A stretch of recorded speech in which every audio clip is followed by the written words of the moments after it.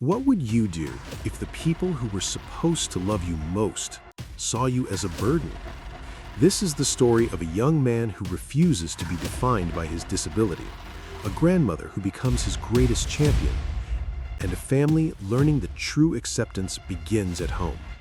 This is a journey about finding your voice when the world tries to silence you, and discovering that happiness means nothing if it doesn't include everyone. Our story begins with Liu Chan-hee, a young man with cerebral palsy, climbing stairs to his rooftop. His grandmother, Chen Su-kun, has just returned from a care home after a year away. To celebrate Chan-hee's birthday, she takes him to meet her choir friends at a restaurant. The evening takes a turn when his mother, Chen Li, discovers them.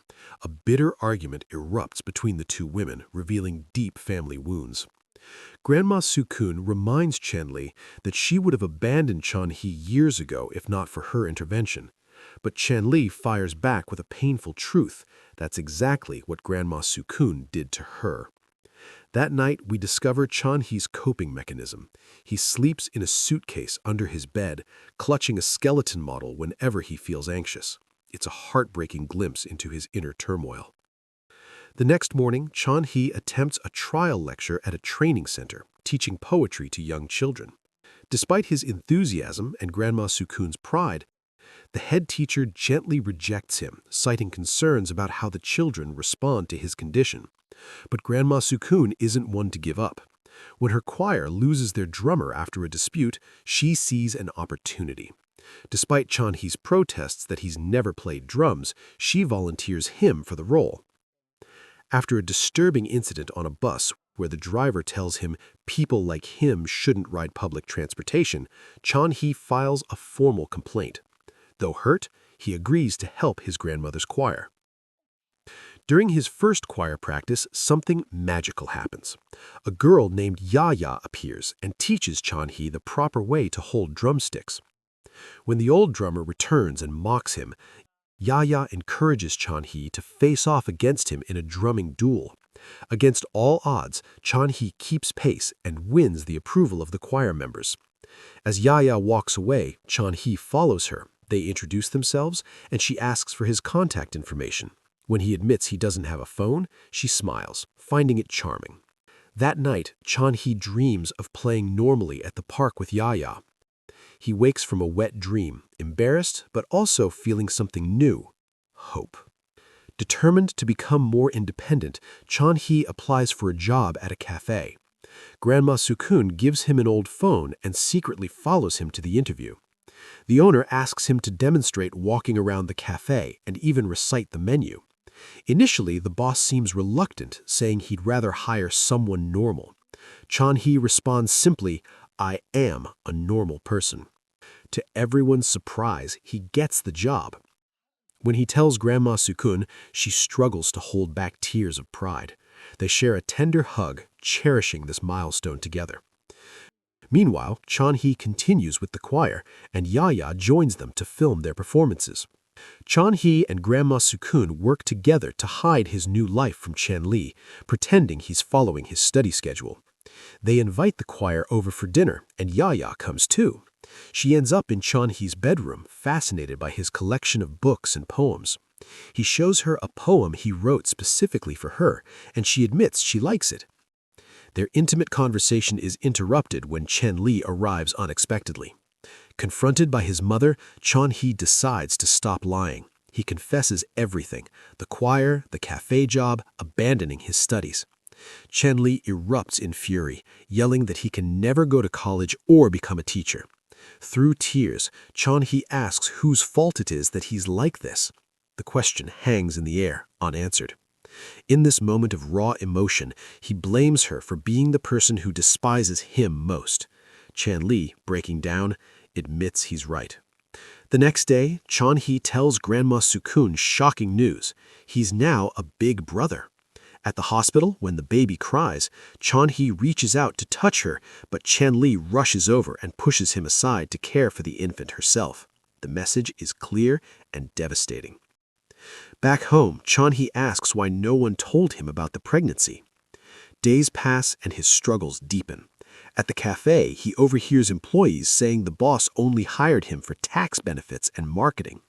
When he meets Yaya afterward, he tries to hold her hand, but she pulls away and abandons him at an art exhibit. Standing alone, he reflects bitterly that people examine art with care, but no one wants to look at him or consider him a normal human being. That evening, he brings homemade candies for Chan-li, but tragically chokes on them. As he loses consciousness, childhood memories flood back, the suitcase where he'd hide, and the devastating moment he overheard his parents saying how much better their lives would be without him. Chan-hee wakes in the hospital after throat surgery. Chan-li sits beside him, apologizing through tears for everything she failed to do. Later, unable to sleep, Chan-hee joins Grandma Sukun on the rooftop. She tells him not to blame his mother, explaining that no one taught Chan-li how to be a mother. Grandma Sukun reveals her own painful story. She gave birth to Chan-li at 21, and when her husband left, she went to work in Tibet for over 15 years to support them. When she finally returned, Chan-li no longer saw her as a mother. Crying, she says it was all her fault. Chan-hee comforts her, saying he thinks she's great, but then asks if his baby sister would even want a brother like him. The next day, Chan-hee discovers a package, his college acceptance letter. Both he and Grandma Sukun cry and embrace, overwhelmed with joy and pride. The choir prepares for a performance, but at the train station, they learn their organizer was a con artist who's been arrested. However, they're invited to the town hall instead. There, officials acknowledge Chan-hee's bus complaint, announcing that the driver has been sent to training along with all other drivers to ensure safe travel for everyone. Asked to speak, Chan-hee takes the stage. He admits he expected a debate, not just 3 bags of goodies.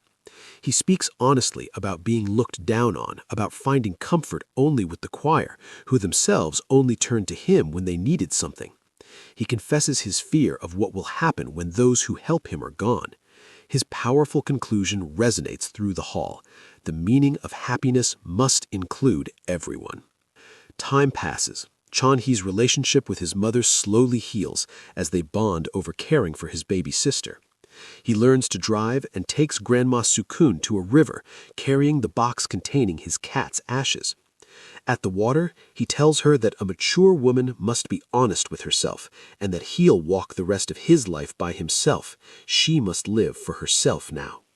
Grandma Sukun, seeing how much he's grown, agrees through tears. Chan-hee opens the box and releases the ashes into the river. The film ends with grandson and grandmother standing together, looking at the beautiful scenery before them, ready to face whatever life brings next. This powerful story teaches us that disability doesn't define a person's worth or potential. Everyone deserves dignity, opportunity, and the chance to live authentically. True love sometimes means letting go and allowing those we care about to grow independently, even when we're afraid for them. Generational wounds can be healed through honesty, forgiveness, and understanding. Most importantly, as Chan-hee reminds us, the meaning of happiness must include everyone, because when we make space for everyone at the table, we all become more human. Thanks for watching. If you enjoyed this video, please give it a thumbs up, leave a comment, and subscribe for more recaps. See you next time.